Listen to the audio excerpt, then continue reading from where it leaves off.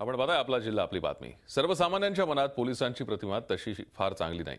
त्याला अनेक कारणं असली तरी खाकी वर्दी मागे एक संवेदनशील माणूस असतो हे विसरून चालणार नाही।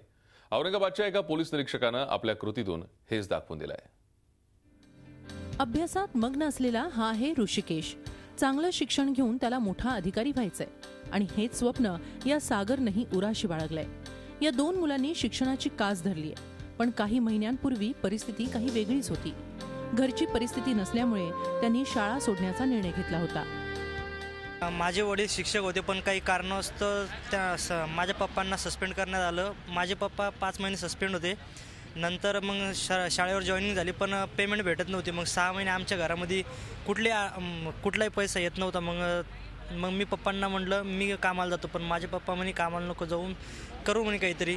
पण घरची परिस्थिती खूपच बिकट होत चालली होती। मी पहिले जाधववाडीमध्ये एका हॉटेलमध्ये काम करत होतो आणि मला ते दर महिन्याला 1200 रुपये देत होते आणि मी त्याच्यावर थोडंफार शिक्षण करत होतो। ऋषिकेश आणि सागर या दोघांचंही शिक्षण थांबलं होतं। हॉटेल हेच आयुष्य बंद होतं। मात्र एखाद्या कथेप्रमाणे या दोन मुलांच्या जीवनाला पुन्हा एक नवं वळण मिळालं आणि त्यांच्या आयुष्याची कथाच बदलून गेली। औरंगाबादच्या हर्सूल पोलीस स्टेशनचे पोलीस निरीक्षक वासिम हाशमी यांनी ऋषिकेश आणि सागरच्या जीवनात शिक्षणाचा प्रकाश आणला। हॉटेलात काम करणाऱ्या या दोन मुलांच्या शिक्षणाची जबाबदारी हाशमी यांनी घेतली। त्यांनी शिकून अधिकारी व्हावं यासाठी हाशमींचा प्रयत्न सुरू आहे।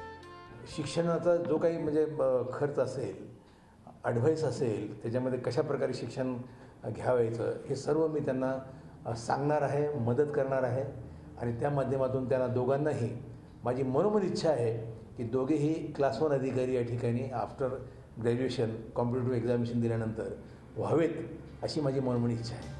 पोलीस म्हटलं की सर्वसामान्याला पोलिसी खाक्या आठवतो, मात्र वर्दीआड दडलेल्या संवेदनशील व्यक्तीचं दर्शन वासिम हाशमींच्या रूपानं होतं। नवीन वर्षात आपणही असा संकल्प केल्यास शिक्षणापासून वंचित असलेल्यांचं जीवन प्रकाशमान झाल्याशिवाय राहणार नाही। विशाल करोळेचं bureau report, Zee media, Aurangabad. Zee 24 तास रहा एक पाऊल पुढे।